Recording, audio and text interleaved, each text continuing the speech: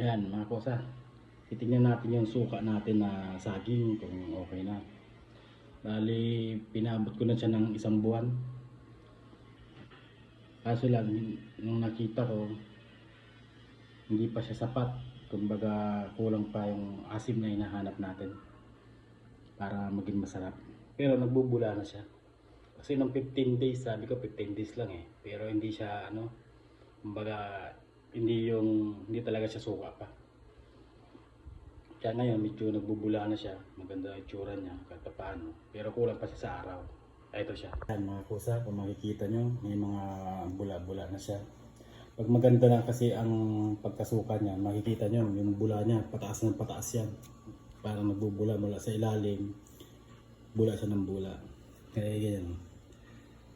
Kaya kaunti pa lang siya, hindi pa yung bigyan pa natin siya ng mga ilang araw. Siguro mga 45 days or 60 days. Yan, pwede na yan. Yan. Pag okay na yan mga kosa, i-upload natin.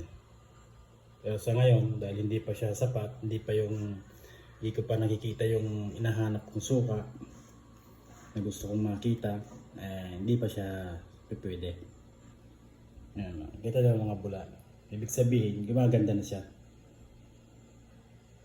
Ayan mga kosa, maraming salamat.